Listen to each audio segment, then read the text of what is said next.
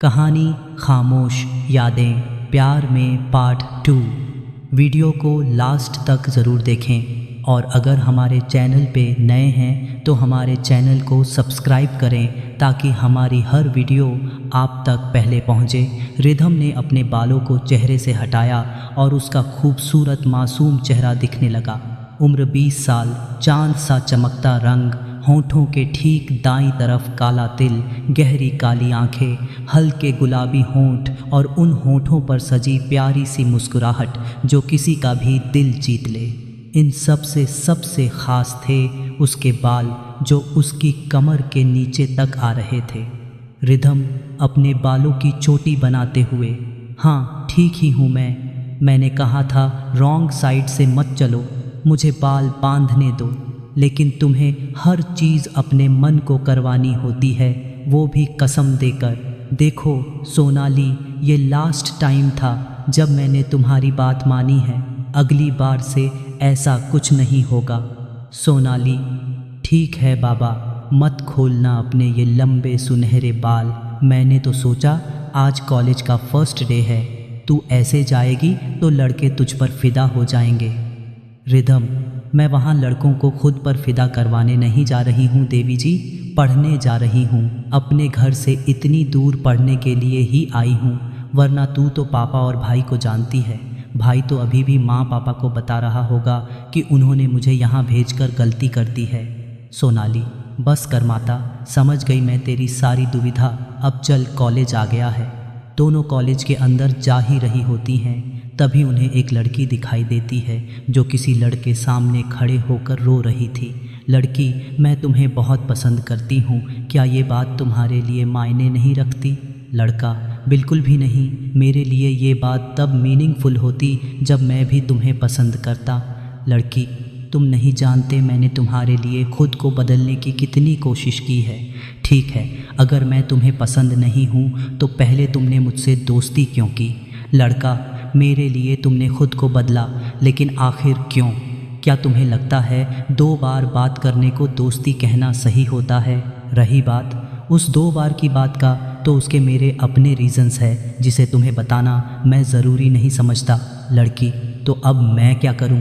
लड़का, कुछ भी करो, बस दोबारा मेरे रास्ते में मत आना। मुझे नहीं पसंद कोई ऐसी शक्ल लेकर मेरे सामने आए। Get away from me now. इतना कहकर वो आगे बढ़ गया। लड़की ने उसके पीछे जाते उसके दोस्त की ओर बड़ी आशा से देखा, लेकिन उसके दोस्त ने भी सेम वही बात कही और अपने दोस्त के साथ आगे बढ़ गया। उस लड़की ने नज़रें उठाकर आसपास देखा। कुछ लोग वहाँ खड़े उसे देख रहे थे। उसने भरी आंखों से सबकी ओर देखा और कॉलेज के अंदर चली गई। रिधम ये देखकर बोली, है कौन ये? और ये लड़की इसके सामने रो क्यों रही थी? सोनाली, ये लड़की काव्या है, 2nd सेमेस्टर में है, और ये हैंडसम सा लड़का इवान थकराल, शहर के सबसे बड़े बिजनेसमैन का बेटा और इस यूनिवर्सिटी के सबसे बड़े शेयर ट्रस्टी का बेटा। रिधम, अमीर है तो कुछ भी करेगा क्या?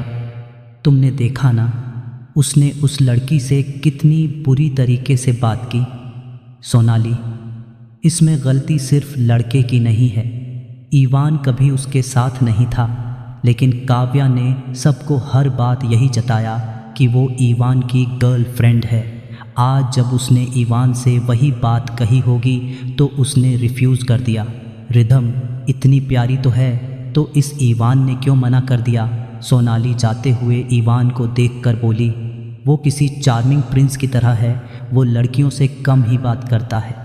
कभी कभी लगता है उसके टक्कर की लड़की अभी इस कॉलेज में आई ही नहीं। फिर रिधम की ओर देखकर, या लगता है आ चुकी है। रिधम अंदर की तरफ जाते हुए, सोनाली तुम पागल हो चुकी हो। सोनाली उसके पीछे भागते हुए, सच है, लेकिन मैं रिधम त्यागी के पागल होने का वेट कर रही हूँ। रिधम, भूल जाओ, ये कभी नहीं होने वाला। दोनों हंसने हुए एक साथ अपनी क्लास ढूंढती हैं और आकर बैठ जाती है। क्लास शुरू होने से पहले प्रिंसिपल आते हैं। प्रिंसिपल ने रिधम का इंट्रोडक्शन कराते हुए कहा, ये रिधम त्यागी है, इन्होंने हाल ही में हमारी यूनिवर्सिटी में एडमिशन लिया है। ये लखनऊ यूनिवर्सिटी की बेहतरीन छात्रा रह चुकी है। पहली बार इस यूनिवर्सिटी ने किसी को आगे से अप्रोच किया है। हमारी यूनिवर्सिटी को ऐसे बेहतरीन स्टूडेंट्स की ज़रूरत है। मैं आशा करता हूँ आप सबका व्यवहार इनके प्रति अच्छा होगा। इतना कहकर प्रिंसिपल चले गए। सोनाली जाकर अपनी सीट पर बैठ गई। उसने रिधम को आने का इशारा किया। रिधम अभी सीट पर बैठती उससे पहले प्रोफेसर ने क्लास में इंटर किया। हड़बड़ी में रिधम इवान की सीट पर ही बैठ गई। क्लास शुरू हो चुकी थी। सिद्धार्थ आकर सीट के पास खड़ा हुआ ही था कि प्रोफेसर ने उसकी ओर देखकर कहा, खड़े क्यों हो सिद्धार्थ? प्रोफेसर, मेरी सीट पर ये लड़की बैठी है। प्रोफेसर चौक से उसके सर पर मारते हुए, स्कूल में नहीं हो तुम जो ऐसे सीट के लिए झगड़ रहे हो, जाकर किसी और सीट पर बैठ जाओ। सिद्धार्थ ने खुन्नस में रिधम की ओर देखा और आकर सोनाली के पास बैठ गया। Sonali, excuse me mister, class में और भी सीट्स खाली हैं, go and sit on them. Siddharth ने पहले सोनाली को ध्यान से देखा। उसे समझ नहीं आया कि सोनाली ने जो कहा सच था या उसका कन्फ्यूजन। सिद्धार्थ इवान से कहीं तक कम नहीं था। परफेक्ट हाइट, परफेक्ट लुक्स और इस कॉलेज के ट्रस्टी का बेटा। लड़कियां उस पर जान छिड़कती थीं।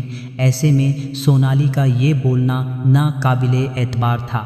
सोनाली, एक बार में सुनाई नहीं देता क्या? सिद्धार्थ, तुम जानती हो ना मैं कौन हूँ? सोनाली उसे सीट से खिसकाते हुए बोली, बहुत अच्छे से। तुम सिद्धार्थ मल्होत्रा हो, इस कॉलेज के ट्रस्टी के बेटे। इतना जानना काफ़ी है, अब उठो।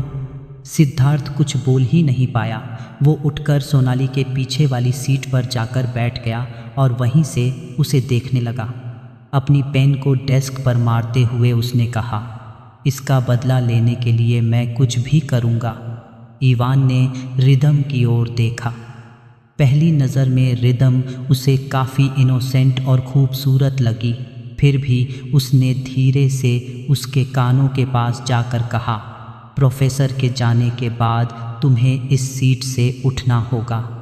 रिधम ने इवान को देखा और उसे सुबह का इंसिडेंट याद आ गया। रिधम, लेकिन क्यों?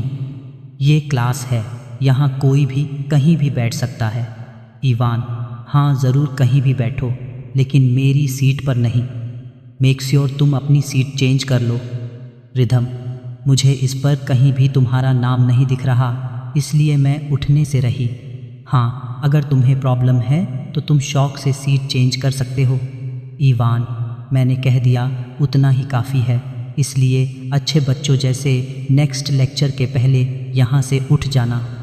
रिधम ने नोटिस किया इवान उससे बात करते वक्त उसकी ओर देख तक नहीं रहा। उसने उसका चेहरा पकड़कर अपनी तरफ करते हुए कहा, नज़र मिलाकर बात करो मिस्टर। नज़रें वो चुराते हैं जिन्होंने कुछ गलत किया हो। रिधम का छूना था कि इवान अपनी सीट से खड़ा होकर तेज़ आवाज़ में बोला, तुम्हारी हिम्मत कैसे हुई मुझे छूने की? आवाज़ इतनी तेज़ थी कि प्रोफेसर का ध्यान भी इनकी ओर आ गया। प्रोफेसर अपना चश्मा ठीक करते हुए बोले, get out of class right now. दोनों ने एक दूसरे को खा जाने वाली नज़रों से देखा और क्लास के बाहर आ गए। इस वक्त दोनों ऐसे लग रहे थे जैसे बस कोई मौका दे दे तो एक दूसरे का मर्डर कर दें।